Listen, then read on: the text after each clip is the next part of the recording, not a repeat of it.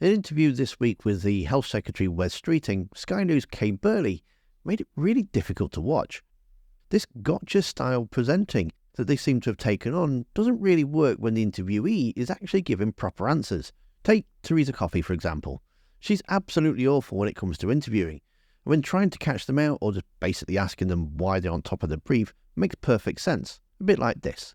I'm only aware of what was in the newspaper. Do you get why viewers might find it a bit frustrating that ministers can come on and say, look, I don't know the details, I've got nothing to say on this because I just don't know, when, you know, it's obvious that we're going to ask about this question, right? Well, I only read the newspapers myself probably about 20 minutes ago, so I'm just scanning through what was... Well, it's on the front page of two of them. Well, indeed. It's not like it's a kind of page 32 buried lead.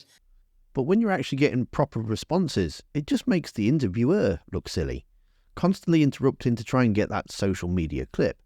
And she does actually get quite rattled at one point when Streeting points out that she should be asking the Shadow Health Secretary if she's going to apologise for the state that they left in the NHS. But instead, it's just easy to deflect to what's happening in Wales, where they've actually got an older population and require a lot more healthcare, so you can't really compare it to the English NHS. I'm a bit baffled how a report of such magnitude can be compiled and completed in 9 weeks. How detailed can it be?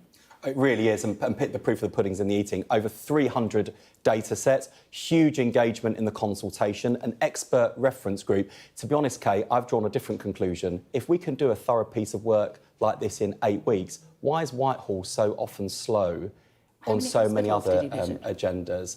I don't know exactly how many hospitals Lord Darzi, but bear in mind... Who did he talk to? He spoke to frontline staff, he spoke to leaders, think tanks. I gave him unfettered access to data in both the department and also NHS England. And, well, no, it's an independent. It's, he's a Labour peer. He's a Labour peer. Well, he's an independent peer at the moment. He's served both Labour and Conservative-led governments. And the reason we picked Lord Darzi, he's got over 30 years of experience. I think a report of this magnitude that you say will shape the NHS going forward for a decade. You can't put that together in 8 weeks. I strongly disagree. Actually, it's a reminder that we've got to go a lot faster in government. Why was Wales not included? I'm responsible as the Secretary of State for Health and Social Care, and primarily for the English NHS, but I can tell you I'm working with the Welsh Labour government, I'm working with the government in Northern Ireland, and despite our political differences on the future of the United Kingdom, I have a good relationship with my counterpart in Scotland as well. Okay, but let's talk about this report, if we may. As you say, it doesn't include the Wales NHS. I mean, it's apocalyptic language put together by a Labour peer, despite what you say. You say it's independent. You didn't have any involvement with it. Just talk me through how he put it together. Thorough research. We gave him unfettered access to the data sets at both the Department of Health and Social Care and NHS England. He was allowed to ask for whatever he wants and got whatever he wanted.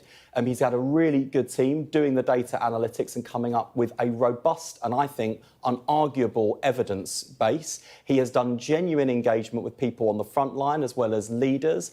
He's had an expert reference group. And this Labour government has hit the ground running in the last 9 weeks, not just, in my case, commissioning this report, but resolving the junior doctors' dispute, dealing with GP unemployment. Tony Blair saying exactly this. I'm old enough to remember him compiling a similar report, and look where we are. Well, and Tony Blair delivered the shortest waiting times and the highest patient satisfaction in the history of the NHS. And what's criminal is that in the last 14 years, the Conservatives took that golden inheritance and squandered it, and they don't bear any responsibility. Well, we'll see. The Shadow Health Secretary is coming on. Well, and ask her if she agrees the NHS is broken. Don't tell me what to ask her. But ask her if the NHS is broken, and ask her if she'll take any responsibility for it, because it's been a running theme of the last 9 weeks. They don't take responsibility for anything they've done. How's the government going to pay for this large-scale overhaul? Well, it's about investment, sure, and it's about reform. Given the dire straits that the NHS is in, should you really be nicking money off pensioners? I think because we've got a £22 billion black hole and we've had to make, and we'll continue to make, really difficult choices. Well, no, Kay, because if you take the junior doctors dispute, I'm not going to let you take me away from the fact that the pensioners, you're taking 300 quid off pensioners. As a result, a report that you compiled yourself says 4,000 unnecessary deaths if you took money off pensioners. There's a £22 billion black hole. the cuts to the winter fuel allowance and the means testing of it will save £1.5 billion. There's still more to go, and I'm afraid more hard choices still to come. Pensioners will still be better off this winter than they were last winter, and will be better off next winter further still, because we made a political choice to stick to the winter fuel, to stick to the triple lock. How did you feel? I mean, did you just hold your nose when you voted in favour of taking this money, or the vote that was held in Parliament, that you thought it was OK to take money from pensioners? How do you sleep at night knowing that that's what you've agreed to? How do I feel? I feel really angry that we've walked into a situation with a £22 billion black hole, where our predecessors had spent the National Reserve 3 times over in an act of profligacy and waste unprecedented outside of a crisis like the pandemic.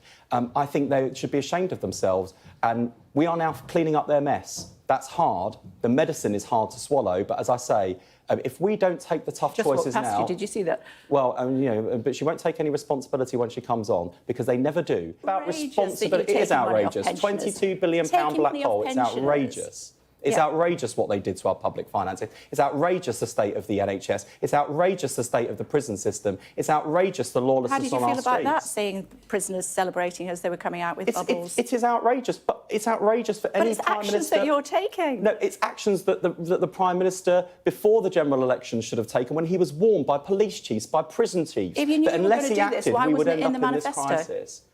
Why wasn't... Well, because we did not know...